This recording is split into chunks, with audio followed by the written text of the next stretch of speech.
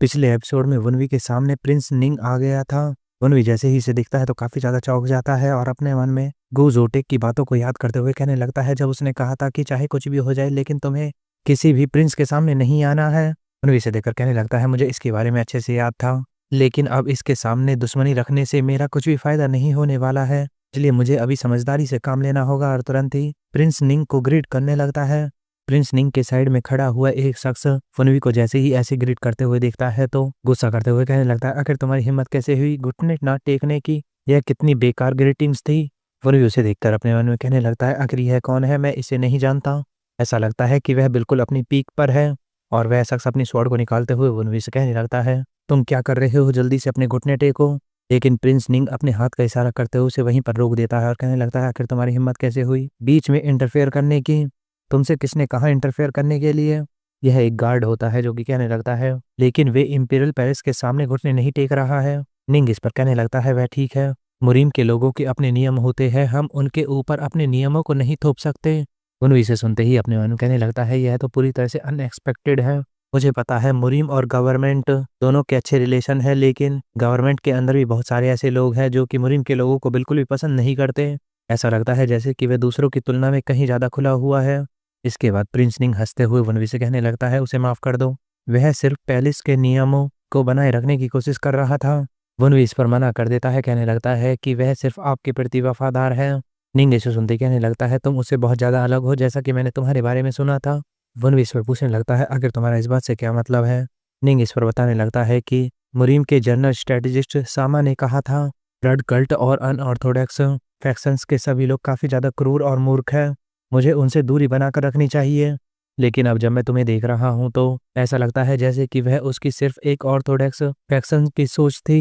वनवी से देखकर अपने मन कहने लगता है, मैं इसी के बारे में सोच रहा था, आखिर वह कौन है, वह कौन सा जनरल स्ट्रेटेजिस्ट था। तो वह सेकंड जनरल स्ट्रेटेजिस्ट था, उसने सचमुच हमारे फेलियर के लिए पूरा प्लान तैयार कर दिया है। इसके बाद प्रिंस निंग से कहने लगता है, यहाँ पर ज़्यादा इंडिपेंडेंट लोग हैं जो अपने लालच के बारे में ईमानदार हैं, इसका मतलब यह बिल्कुल भी नहीं है कि हम लोग क्रूर और मूर्ख हैं।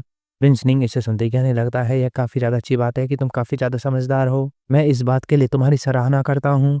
वनवी से सुनकर अपने मन में कहने लगता है, ऐसा लगता है जैसे कि चीज़ें ठीक चल रही है। प्रिंस निंग आगे हंसते हुए वनवी से कहने लगता है, मैं तुम्हारी मदद करना चाहूँगा, मुझे पता है कि तुमने सरकार से सीधा कॉन्फ्लिक्ट से बचने के लिए सम्मान का जवाब दिया है और यहाँ पर आए हो। वनवी जैसे ही इस बात को सुनता है तो कहने लगता है, उसकी टोन एकदम से ही बदल गई और हाँ में जवाब देता है। निंग आगे वनवी से कहने लगता है, मैं अपने अथॉरिटी का यूज करते हुए तुमने जो किया है उस सब को छिपाऊंगा। वनवी इस पर कहने लगता है, मैं तुम्हारे ऑफर के लिए अप्रिशिएट करता हूँ, लेकिन मैं ट्रायल रूम में जरूर जाऊंगा ताकि मैं गवर्नमेंट के साथ एक पीस को मेंटेन कर सकूं। निंग इस पर कहने लगता है, क्या तुम्हें सचमुच लगता है कि इससे चीजें ठीक हो जाएगी। वनवी को इसे सुनकर कुछ समझ में नहीं आता और पूछने लगता है, कि तुम्हारा इस बात से क्या मतलब है। निंग टेलीपैथी के थ्रू वनवी से कहने लगता है, मेरा भाई वह तुम्हारे ट्रायल के अंदर इंटरफेयर करेगा, मुझे यकीन है कि वह तुम्हें घेरने के लिए अन्य बातें भी लाएगा। वनवी से सुनकर कहने लगता है, वह प्रिंस जिन के बारे में बात कर रहा है, लेकिन आखिर वह क्यों, यहाँ पर कुछ तो अजीब है, क्योंकि मैंने ऐसा उसके लिए कुछ भी नहीं किया जो कि वह बीच में आए। यह देखकर कि गुजियटिएक वह भी काफी ज्यादा सरप्राइज है, ऐसा लगता है जैसे कि उसे भी इसके बारे में कुछ भी नहीं पता। इसके बाद निंग से कहने लगता है, आखिर तुम मुझसे क्या चाहते हो। निंग इस पर कहने लगता है कि यह तुम्हारे लिए भी बुरा नहीं होगा, मुझे टैलेंटेड लोग काफी ज्यादा पसंद है, मैं तुम्हें और तुम्हारे ब्लड कल्ट को अपने सबॉर्डिनेट के रूप में लेना चाहूंगा।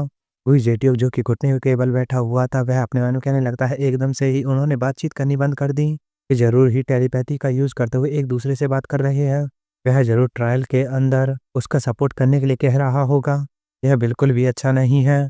इसके बाद प्रिंस निंग वहां से वापस मुड़ जाता है और जाते हुए कहने लगता है, ठीक है, मैं यह सब कुछ सोचने के लिए तुम्हें पूरा एक दिन दूंगा, अगर तुम अपने ब्लड कल्ट के लिए अच्छा चाहते हो तो इसके लिए पॉजिटिवली सोचना। इसके बाद गुजियटिएक वनवी से कहने लगता है, आखिर तुमने किसके बारे में बात की। वनवी इस पर कहने लगता है, वह कुछ जरूरी नहीं है। गुजियटिएक अजीब सी शक्ल बनाते हुए वनवी से कहने लगता है, कि तुम्हारे इस बात से क्या मतलब है। दूसरी तरफ से वनवी उससे कहने लगता है, मेरा एक सवाल है, प्रिंस क्विंग आखिर वह कहाँ पर है।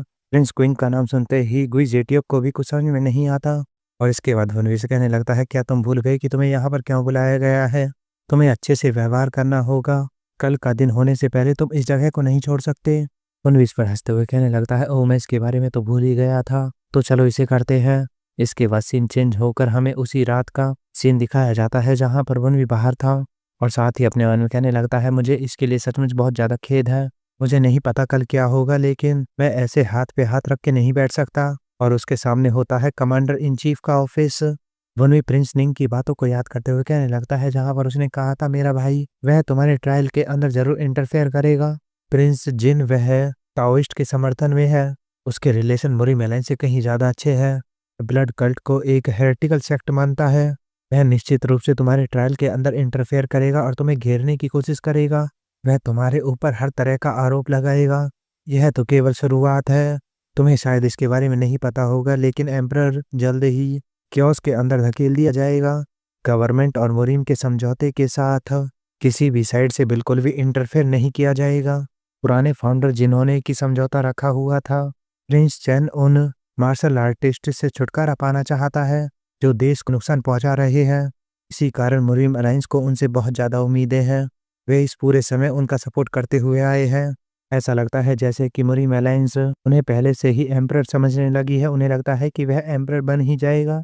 मुझे यकीन है कि गवर्नमेंट के साथ समझौता वह न केवल प्रेजेंट में बल्कि फ्यूचर में भी उनका काफ़ी ज़्यादा फायदा होगा। इसके दूसरी तरफ अगर तुम मेरे सबऑर्डिनेट बन जाते हो तो मैं तुमसे वादा करता हूँ कि मैं तुम्हारे ब्लड कल्ट को सपोर्ट करूँगा। हालांकि आपको मुरीम अलायंस को मेरे भाई के सपोर्ट करने से रोकना होगा।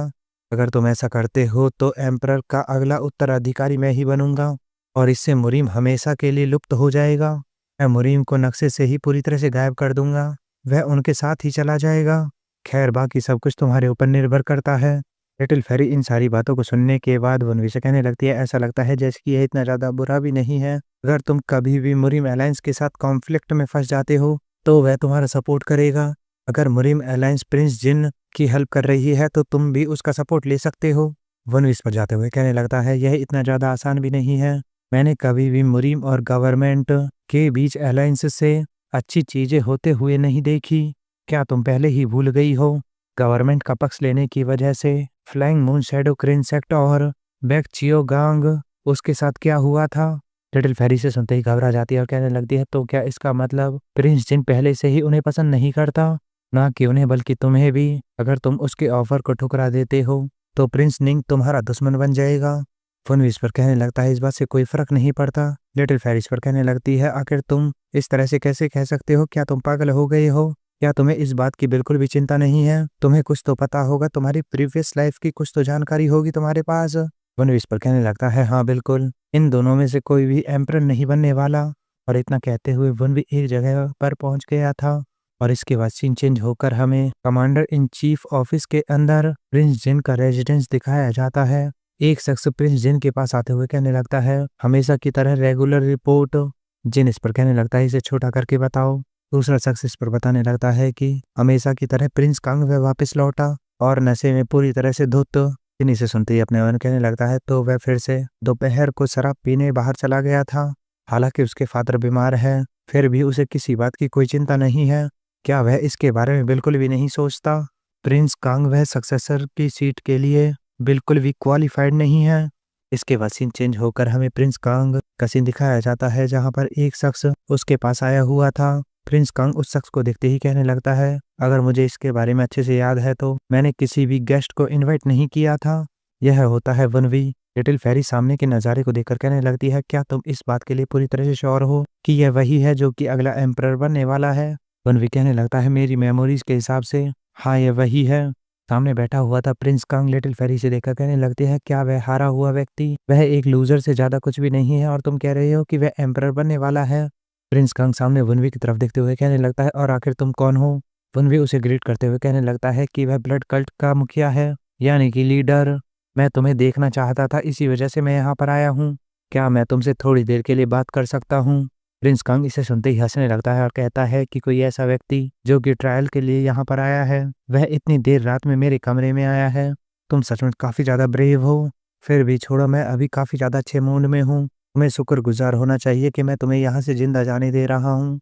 वनवी इस पर वहीं खड़ा हुआ कहने लगता है लेकिन कल ट्रायल है। वनवी उसकी तरफ आगे बढ़ते हुए कहने लगता है मैं ज़्यादा समय नहीं लूँगा, बस मुझे थोड़ी देर बात करने दो। वनवी इतना कहते हुए जैसे ही आगे बढ़ता है तो बहुत सारे सोल्जर तुरंत ही वनवी को चारों तरफ से घेर लेते हैं। प्रिंस कांग वनवी से कहने लगता है कि यह तुम्हारी आखिरी चेतावनी है। इस बार अपनी लिमिट को बिल्कुल भी क्रॉस मत करना। मुझे नहीं लगता कि तुम किसी प्रिंस को परेशान करने के बाद इस जगह पर जिंदा भी रह सकते हो। लेकिन जैसे ही वह सामने की तरफ देखता है तो वह काफ़ी ज़्यादा चौंक जाता है, क्योंकि वुनवी ने उसके सभी लोगों को इतने में ज़मीन पर लटा दिया था। प्रिंस कांग इसे देखकर कहने लगता है, आखिर ये तुमने क्या किया? वुनवी ने यहाँ पर अपने इल्यूजनरी आइस का यूज़ कर लिया था और प्रिंस कांग से कहने लगता है, मैंने उन्हें थोड़ी देर के लिए सुला दिया, तो अब तुम्हें क्या लगता है कि मैं तुमसे बातचीत कर सकता हूँ?